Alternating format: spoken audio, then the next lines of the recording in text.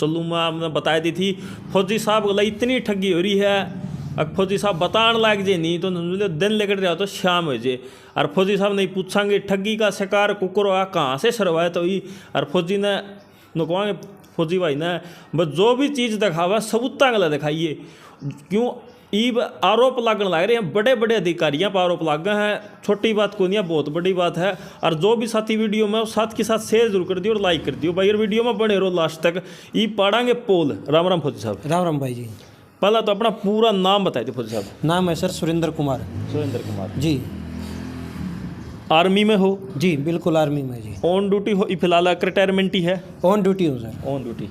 फौजी साहब मामला करता सरवाया तो ये मामला के है अरनू बताओ आपकी शादी कहाँ हुई, कुकर हुई के कुछ है शुरुआत बताओ।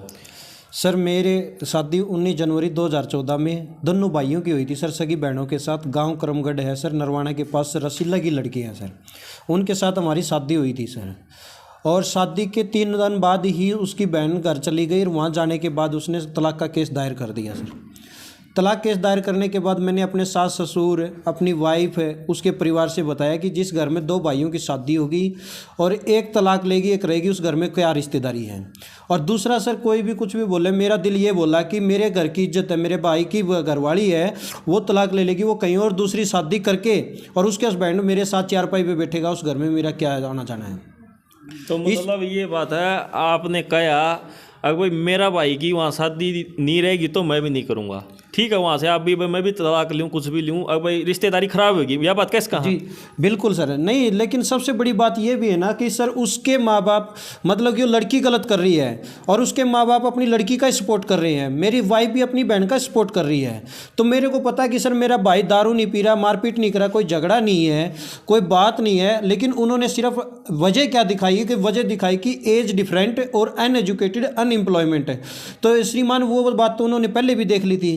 लेकिन अब मुझे पता है, मेरा दिल ये था कि सर सही का साथ देना। अगर मेरा भाई गलत होता तो मैं उनका सपोर्ट करता, लेकिन जब मेरे को पता है मेरा भाई गलत नहीं कर रहा तो मैं अपने मेरे भाई के हक में बोलने का मेरा हक था सर, सही को सही बोलना, क्योंकि वो उनका घर भी मेरा ही था और ये घर भी मेरा भाई था। उधर तो मेरी शादी हो रखी थी, वहाँ से मेरे बच्चे थे, इधर मेरा भाई था। लेकिन बात ये थी कि सर मेरे भाई के ऊपर झूठे एलिगेशन लगा के तलाक केस लगाया।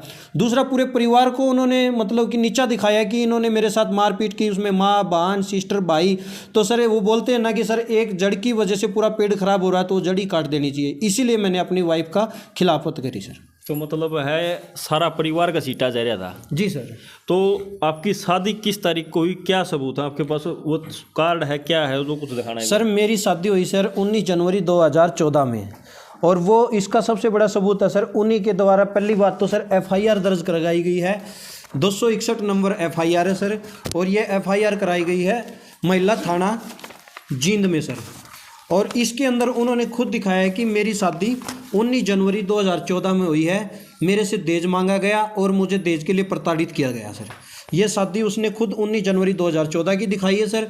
दूसरा उसने सर एक FIR नंबर 249 जो कि सिटी थाना नरवाना के अंदर दायर है, उसके अंदर भी उसने अपनी शादी 19 जनवरी 2014 की दिखाई है। तीसरा सर उन्होंने शादी के कार्ड छपवा रखे हैं और इस शादी के कार्ड में भी उसने अपनी शादी 19 जनवरी 2014 की दिखाई है और ये कार्ड भी प्रिंटिंग प्रेस नरवाना में ही छपे हैं, वहाँ से भी मैंने पूरा रिकॉर्ड निकाला है सर, उन्हीं के द्वारा ये कार्ड छपवाया गया है। जो 2 केस हुए उनमें जो तारीख हो मैच खा रही है? बिल्कुल सर, उसमें दोनों केसों में 19 जनवरी 2014 की शादी है सर। और दहेज केस के अंदर मैं और मेरी मम्मी को एक दिन में गिरफ्तार हुए और जेल भी काटी है सर। कितने दिन की कटी थी? मैं एक दिन रहा था सर, मेरी मम्मी एक दिन रहे थे दहेज केस में सर। लेकिन जो इन्होंने हमारे ऊपर 249 FIR जो दिखा रखी है, इसके अंदर मेरी सिस्टर और जीजा और भाई ये 3 महीने तक रहे थे सर, और इसमें इन्होंने झूठे एलिगेशन लगा के उन्होंने गिरफ्तार करवाया था सर। इसका रीज़न ये रहा कि जैसे कि उसकी बहन ने 3 दिन के बाद हमारे ऊपर तलाक का केस दायर कर दिया। तलाक केस दायर करने के बाद कोर्ट में इन्होंने 125 CRPC की एप्लीकेशन लगाई, जिसमें मेरे भाई की कोर्ट ने जज का खर्चा बांध दिया। 3000 रुपये खर्चा था। मेरे भाई ने 1/9/2018 को जींद कोर्ट केस में एक साथ 70,000 रुपये कोर्ट में जज के सामने इनको दे दिए। तो इन्होंने उन पैसों से इनका मन नहीं भरा। फिर इन्होंने क्या करा, वो पैसे दिखाया कि नरवाना बस स्टैंड में हम अपनी बस गाँव में जाने के लिए सभी उपरोक्त चढ़े थे और ये पीछे से सुरेंद्र की सिस्टर जीजा और भाई उस बस में आके चढ़ गए और हमारे साथ मारपीट करके वो पैसे हमारे से छीन के ले गए। ये उन्होंने घटना दिखाई सर, और पुलिस ने बिना तफ्तीश बिना जांच पड़ताल किए वो मुकदमा दायर कर दिया और मेरे सिस्टर जीजा और भाई को गिरफ्तार करके 60,000 रुपये इनसे रिकवरी दिखा के इनको जेल भेज दिया। ठीक है, ईब हो गया मामला उनका, उनने जो कार्रवाई करनी थी कर दी। ईब चलो वो आपका काम है, तो ईब आपने उनके खिलाफ क्या क्या सबूत इकट्ठे करे, कहाँ से शुरुआत करिए, ये बताओ उनके बारे में क्या क्या फर्जीवाड़ा जो इसमें जो आपने पाया।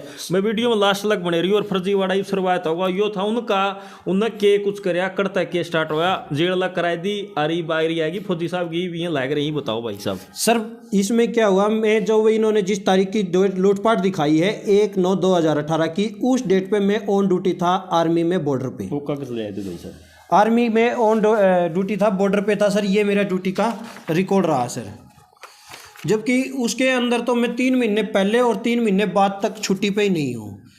मतलब कि 1/9/2018 के 3 महीने पहले और 1/9/2018 के 2 महीने बाद तक मैं कोई छुट्टी नहीं आया।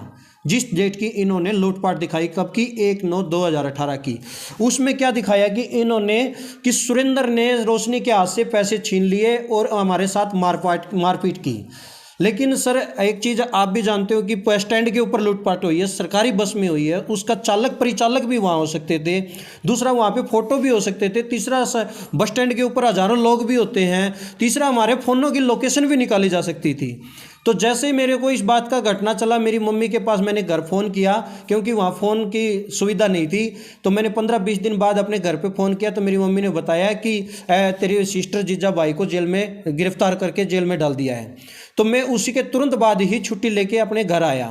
घर आने के बाद मैंने मीडिया का सहारा लिया। मीडिया का सहारा लेने के बाद मैं गया सिटी थाना नरवाना, जो कि उसमें मीडिया में मेरे साथ करमू जी गए थे।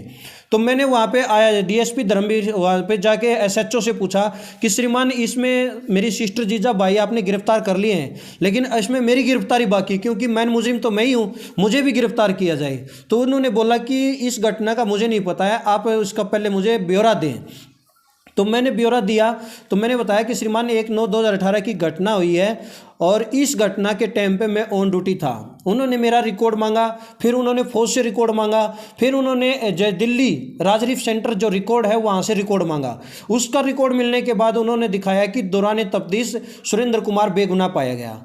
तो सर लूटने वाला मैं, मारपीट करने वाला मैं, जब मुझे ही बेगुनाह साबित कर दिया तो मेरी सिस्टर और जीजे भाई का उसमें क्या दोष था, जो कि वो बेचारे निर्दोष होकर भी जेल काट रहे हैं, और तो उनको मतलब कि मुजरिम भी ठहरा दिया और उनसे 20-20 हज़ार रुपये की रिकवरी भी दिखा दी।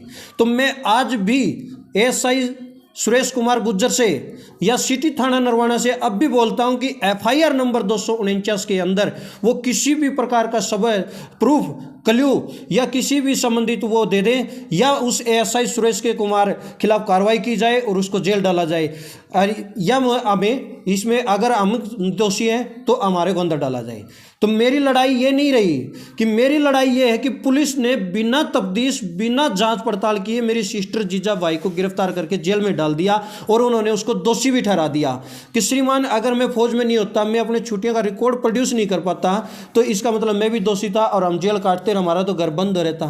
और ऐसे समाज में बहुत से लोग हैं जिनके ऊपर झूठा मुकदमा दायर किया जाता है, और इससे साबित होता है कि पुलिस मुद्दई के साथ ना होकर